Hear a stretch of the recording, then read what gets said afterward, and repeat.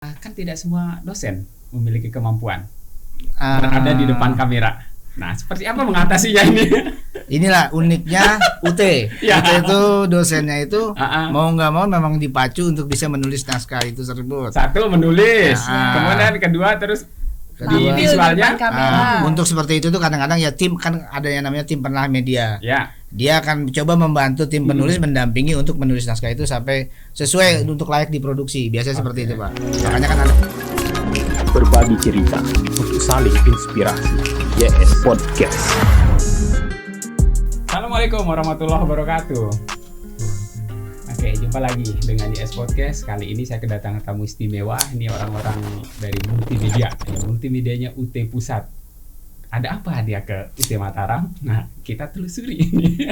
Pasti ada sesuatu di UT Mataram. Ini sudah hadir ya. Ada dua sahabat saya. Pertama ini Mbak Regiana dan Mas Rustian. Oke, apa kabar semuanya nyampe di sini? Alhamdulillah. Baik, sehat. Sudah menjajal sirkuit Mandalika? Oh, belum. Belum. Wah, ini harus jajal dulu ini. Kalau nggak bisa masuk di sirkuitnya, paling nggak bisa melihat dari ada Bukit Merise di sana. Wah, sangat luar biasa. Bukit Merise. Ya, nanti harus dicoba ya. Boleh, Pak. Itu yang Kalau ada bawahnya waktu. kelihatan gitu ya, Pak? Betul. Iya, ya Mas- kemarin ya. sempat ditunjukin fotonya. Oh, baru fotonya. Iya. Belum seru. Belum. Waktunya belum ada, Pak. Oke, kita akan berbicara hari ini sebetulnya bagaimana UT. Nah, ini UT Pusat mempersiapkan Ya. mahasiswa pembelajarannya itu kan melalui multimedia. Ya.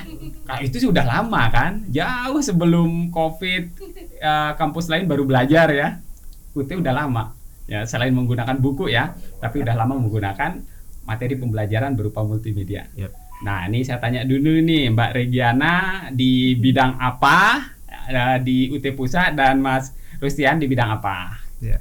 Oke, Mbak Regiana. Kalau saya itu ada di UT Radio, Ya. jadi khususnya di Banajer non cetak. Jadi Banajer non cetak itu ada video, Hmm. ada UT TV, radio, ada audio Hmm. juga. Tapi saya termasuk di UT Radio. UT Radio. Di mana Oke. UT Radio itu sebagai produser, biasanya Oke. nyiapin naskah, Ya.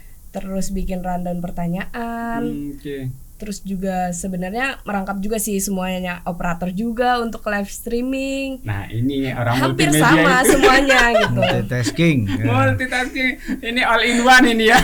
Ya. Itu paket. Ya, oke. Terus Ah. mengundang narasumber, terus juga ngatur jadwal, itu tugas kita juga semua di situ. Oke, nanti lebih detailnya karena saya juga pernah di radio nih. Ya, Pak. Ya, Mas Rustian. Ya. Di UT sebagai apa di sana? Posisi saat ini saya sebagai analis media pembelajaran. Oke. Tapi kesehariannya sih bisa dibilang sebagai sutradaranya produksi video.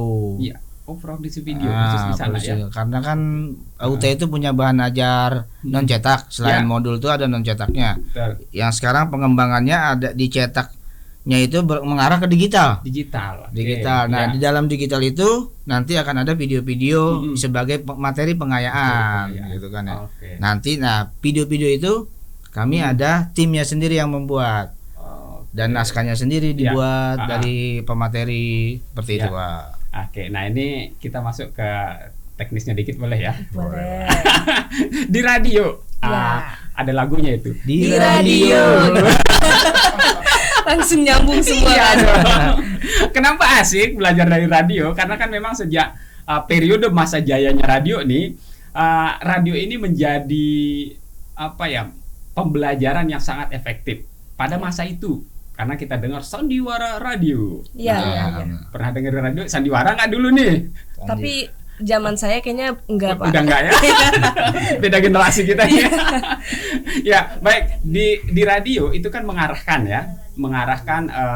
mahasiswa untuk pembelajaran melalui sana. Masuklah COVID nih, Ya. sehingga banyak juga ini di NTB pembelajaran yang dilibatkan di radio. Nah, bagaimana sebetulnya UT nih? Merancang nih kan dari buku, Yap. kemudian dipindah menjadi materi audio dan meminta mahasiswanya mendengar dalam waktu serentak. Sulit nggak sih? Kalau di radio sendiri untuk mahasiswa sebenarnya kita tuh sudah terjadwal. Jadi setiap semester itu kita punya jadwalnya sendiri, yang dimana materinya itu dapat dari buku materi pokok. Di situ pun jadwalnya sudah jelas. Materinya apa, dari fakultas mana, topiknya apa, itu tuh udah jelas semuanya satu semester. Jadi mungkin mahasiswa tuh bisa udah tahu gitu kapan topiknya yang dia mau tonton itu kapan, itu udah terjadwal gitu. Dan jam-jamnya pun juga sudah jelas gitu, nggak mungkin berubah kayak gitu sih Pak. Ini membutuhkan konsistensi yang cukup tinggi. Iya. Jadi sebelum masuk semester tuh biasanya kita udah berkutik tuh buat bikin jadwal segala macam tentang seputar UT juga. Itu tuh kalau seputar UT itu tentang kayak kebijakan gitu di universitas terbuka. Jadi di mana kalau misalnya mahasiswa pengen pendaftaran itu tuh kita kasih tahu tuh sebelum pendaftaran nih cara-caranya pendaftaran dan segala macamnya. Jadi dan itu pun live. Jadi kalau misalnya ada mahasiswa yang mau mungkin yang belum jadi mahasiswa itu bisa langsung tanya gimana sih caranya gitu, ataupun ada kendala bisa langsung tanya dan bisa langsung dijawab. Interaktif berarti ya? Interaktif karena kita live. Jadi live-nya ini medianya apa nih? Apakah streaming sehingga kan se-Indonesia bisa didengar? Seperti apa sistemnya? Radionya sendiri itu kita streaming. Jadi se-Indonesia pasti bisa dengar. Terus nggak cuma di radio, kita juga ada visualnya yaitu di YouTube, itu pun juga streaming. Selain di YouTube kita juga live di Instagram. Jadi betul-betul melibatkan semua lini. Nah kita ke Mas Rustian nih. Mas Rustian ini kan lebih ke multimedia ya, audio visual. Video visual. Video ya, lebih ke video. Nah, bagaimana sebetulnya menerjemahkan isi buku kan? Isi buku itu menjadi dari teks menjadi video. Gampang-gampang susah kan ya? Udah pasti Pak. Curhat ya, curhat dulu. Mas. Gimana? Gini, kadang kalau kita di video, kadang kan kita dapat naskahnya itu kita terimanya naskah. Naskah video itu formatnya sendiri. Beda. Sebelum naskahnya sudah diterima sama kita sama unit multimedia, itu kita telah dulu. Ada timnya lagi sendiri, tim penelah media namanya. Tim penelah media itu menyatakan naskah ini pas nggak, materi ini pas nggak untuk diterjemahkan menjadi visual, digambarkan visual. Nanti ketika udah oke, ACC baru dilempar ke produksi, masuklah ke penyutradaraan. Sebelum masuk penelah media, kalau dia nggak masuk produksi, artinya di penelah media naskah itu belum layak untuk diproduksi, artinya dikembalikan lagi ke penulis. Ada timnya pisah juga ya, tim penulisnya ya? Karena penulis itu dari dosennya sendiri di UT itu. Dari fakultas. Ini kan pasti melibatkan dosen sendiri ya, sebagai pematerinya. Kan tidak semua dosen memiliki kemampuan berada di depan kamera. Nah, seperti apa mengatasinya ini? Inilah uniknya UT. UT itu dosennya itu mau nggak mau memang dipacu untuk bisa menulis naskah itu tersebut. Satu menulis, kemudian kedua terus di visualnya. Untuk seperti itu tuh kadang-kadang ya tim kan ada yang namanya tim penelah media. Dia akan coba membantu tim penulis mendampingi untuk menulis naskah itu sampai sesuai untuk layak diproduksi. Biasanya seperti itu Pak. Makanya kan ada tim penelah medianya di sana. Jadi naskah ini cocoknya untuk media apa, naskah ini cocok untuk media apa, nanti dibantu oleh tim penelah media, baru masuk ke unit produksi sendiri. Nah, kalau produksi nih, saya pernah ada pengalaman di televisi. Kalau melihat layout studio UT, keren banget nih, standar banget, standar televisi kalau saya lihat nih ya, sangat keren gitu. Nah, dengan peralatan seperti itu, kemudian orang yang tidak pernah di kamera, ini pasti groginya, bisa jadi ya keringat dingin langsung di situ ya. Pengalamannya mendampingi para dosen nih, ketika mulai produksi, susah-susah gampangnya seperti apa nih? Gini ya, kan biasanya kalau kita di awal, memang kita coba dia ngarahinnya, kita biar enak dulu, kita ajak ngobrol dulu, ketawa-ketawa dulu. Ajak ngopi ini ya? Ya seperti itu lah Pak. Itu kalau laki-laki, kalau perempuan kan susah juga. Ntar kadang-kadang juga kalau misalnya dia, ya kalau misalnya kan kalau yang lebih tinggi kayak doktornya, profesornya, kan kadang-kadang kita susah nih. Jadi kita yang ngarahinnya ya, Bapak nyamannya gimana Pak? Ya kan Bapak nyamannya gimana ya? Yang penting adalah inti materi. Bedanya dengan yang entertain kan gitu ya. Yang penting kita adalah inti materinya sampai atau dapat. Itu sebenarnya kalau yang di ranah videonya kita sendiri. Oke, kita kembali Giana nih. Ini lebih ke radionya ya, berarti yang memproduksi materi-materi yang ada di buku, terjemahkan ke bentuk audio. Nah, dalam perjalanan produksinya nih, Mbak Rigiana, apa kesulitan terbesar ketika proses produksi? Ada nggak materi-materi atau buku bahan pokok ajar itu yang agaknya nih susah banget gitu kalau diwujudkan dalam bentuk media? Oh gini, sebenarnya radio tuh hampir sama dengan video. Jadi kita terima naskah itu dari pemateri, dari dosen, dari fakultas. Jadi kita hanya memproduksinya. Dan yang namanya radio ya, kalau misalnya bentuknya suara, itu kan agak susah ya. Kalau materinya tuh hitung-hitungan, aljabar, itu tuh bener-bener yang kita harus gimana ya, kayaknya nggak rekomen deh kalau misalnya topiknya yang mengenai aljabar kayak gitu. Walaupun sebenarnya kan kita juga ada visualnya, ada kita bisa juga nampilin PPT-nya ataupun bisa juga dosennya langsung coret-coret tuh Pak ya. Tapi tetap menurut saya kurang rekomen untuk di radio. Paling itu sih kalau soal materi-materi yang mungkin diproduksi radio agak kurang ya. Susah agak kurang efektif kalau menurut saya. Oke, ini lebih ke matematika ya. Iya, benar. Matematika menghayal itu. Ngajak gitu ya. Karena kan di radio basicnya ya cuma suara gitu. Kalau misalnya cuma 6x tambah yang ini dikali ini kan agak susah gitu ya Pak. Jadi itu sih ngajak berhalusinasi itu. Menciptakan daya hayal berarti. Iya betul. Dan memang itulah sebetulnya uniknya radio ya. Untuk membuat orang fokus itu sangat oke. Jadi mahasiswa itu betul-betul fokus gitu. Nah tapi kan tidak jarang mahasiswanya kan yang sudah bekerja juga. Jadi sambil nyambi ya, ada dia bekerja. Nah ini kan membutuhkan treatment khusus nih. Pengalaman di UT berdua nih, bagaimana mendampingi, apakah ikut dalam proses mendampingi mahasiswa yang kira-kira proses belajarnya itu dia sambil bekerja gitu. Apakah sering ada curhatan online-nya di radio atau di televisinya? Kalau soal curhatannya itu mungkin ya, ini sebenarnya nilai plus juga untuk kita karena kita siaran di YouTube juga. Jadi ketika sudah tayang itu kan bisa diputar lagi. Jadi nggak menyusahkan gitu bagi yang untuk mungkin lagi kerja karena live-nya itu pasti kan di jam kerja.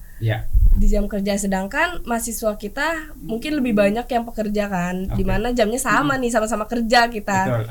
Tapi ya itu untungnya itu di YouTube tuh kita bisa nonton ulang. Terus juga kalau di radio itu kita suka mungkin kalau misalnya udah nggak masanya tutorial online, itu kita akan rerun lagi nih tutorial yang sudah lewat itu Pak. Jadi ya nggak akan ketinggalan gitu. Maksudnya nggak akan betul. Nggak bisa nonton nih, bisa pasti bisa karena bisa di rerun gitu, bisa ditonton ulang lagi di YouTube. Jadi keluhan ketinggalan materi bisa diatasi ya? Bisa. Iya harusnya. Harusnya kan? Kan ini sangat fleksibel. Ya fleksibel dengan VOD, video on demand yang ditaruh di sana ya, kapanpun sebetulnya bisa diakses. Oke, sekarang curhatan terakhirnya nih. Apa itu? Berdua nih ya. Ketika di tim media ini, tim multimedia ini, ya curhat dikit deh. Hal-hal yang menyenangkan, hal-hal yang menyusahkan di tim media. Ayo, ya. Mau siapa dulu? Ya Mas Rustiawan boleh, Mas Rustian ya. Ya, kalau yang sebenarnya yang menyusahkannya itu nggak ada. Sebenarnya buat kita karena kan kita di bidang ini memang kita suka, kita mengerjainnya adalah karena happy aja, makanya kesukaan kita, gitu kan ya. Ya kalau susahnya itu ya karena ada plus minus. Kalau kita persiapan nggak mateng, ya kita memang susah di saat produksi, ya kan. Kalau senengnya, ya senengnya kita kerja tim. Kerja tim itu kita senangnya gitu kan ya. Itu yang bikin kita senangnya kerja gitu. Jadi lupa nih, nggak ada masalah, yang penting rame-rame. Kita lagi suntuk pun lagi yang penting kerja, semangat saling dorong gitu kan ya. Mantap. Ya. Oke. Jadi intinya kalau rame-rame pasti asik ya. Asik banget. Kayak motonya kan rame-rame. Asiknya rame-rame. Kalau nggak ada lu nggak rame. Kalau Mbak Regina, apa yang selama kegiatan produksi di UT?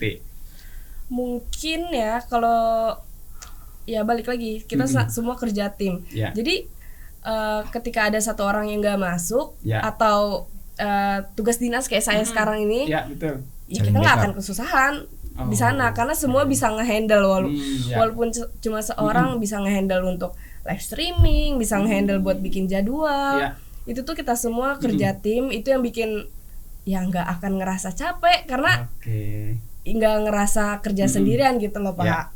Terus mungkin yang agak kesusahan ya, dimana dosen kita kan tugasnya banyak ya. Betul. Nah itu lain lagi juga. Pak dosen ya yang tugasnya banyak. Jadi ketika kita sudah punya jadwal, ternyata tiba-tiba dosen tersebut punya tugas lain. Nah betul. Ya paling kita harus atur ulang jadwalnya untuk taping kayak gitu sih yang dimana kita masukin jadwal taping pun ya kita harus lihat jadwal dulu karena kan udah tersusun semua nih, jadi mana ya yang kosong gitu. Paling itu aja sih kita kesusahannya. Jadi kalau terjadwal seperti itu, kemudian tiba-tiba nih Pak dosennya ada kegiatan lain, agenda lain yang nggak bisa diwakilkan. Nah ini dia pusing mikirin ya. Karena ada waktu di sana yang harus diisi. Tiba-tiba nggak bisa gitu kan. Iya betul. Nah inilah sebagian memang kerja di media itu memang seperti itu. Ya jadi sepertinya ya umum ya. Nah tapi kalau kita sekarang nih melihat media sosial. Media sosial saat ini sangat luar biasa.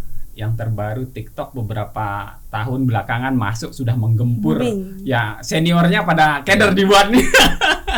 YouTube yang tidak memiliki video pendek short akhirnya terpaksa buat. Iya benar. Ya IG yang tidak memiliki akhirnya buat Reels dan Facebook ini. Bagaimana teman-teman di tim multimedia mensikapi media sosial yang sangat luar biasa bisa dimanfaatkan untuk mempromosiin? Silakan. Boleh. Di radio alhamdulillahnya kita tuh punya jadwal yang pasti yang tadi balik lagi. Jadi sebelum video itu tayang atau radio itu naik gitu mengudara, kita sudah bisa share tuh flyer-flyer di YouTube-nya untuk dijadwalkan. Itu udah bisa kita share. Minimal banget 1 hari sebelumnya itu kita pasti udah share. Jadi mudah ya publikasinya ya.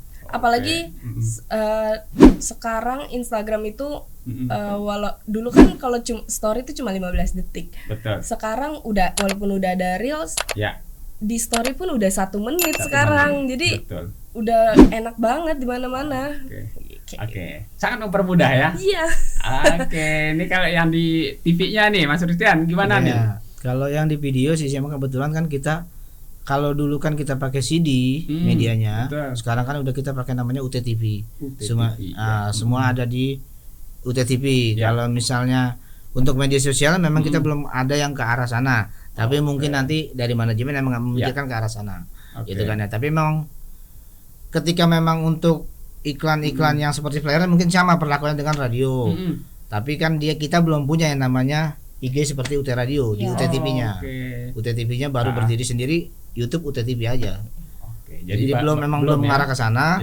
Tapi emang karena itu adalah media pengayaan, yang artinya alamatnya mahasiswa dari YouTube, dia akan ini sendiri karena kan durasinya aja paling pendek 30 menit, ya kan, seperti itu. Betul. Cukup panjang ya video-video pembelajarannya ya. Ya, boleh dilihat di UTTV-nya. UTTV. Dia ada media pembelajaran, ada dokumentasi, ada sosmed kita, ada tata caranya untuk melakukan kegiatan-kegiatan di UT, seperti itu, Pak.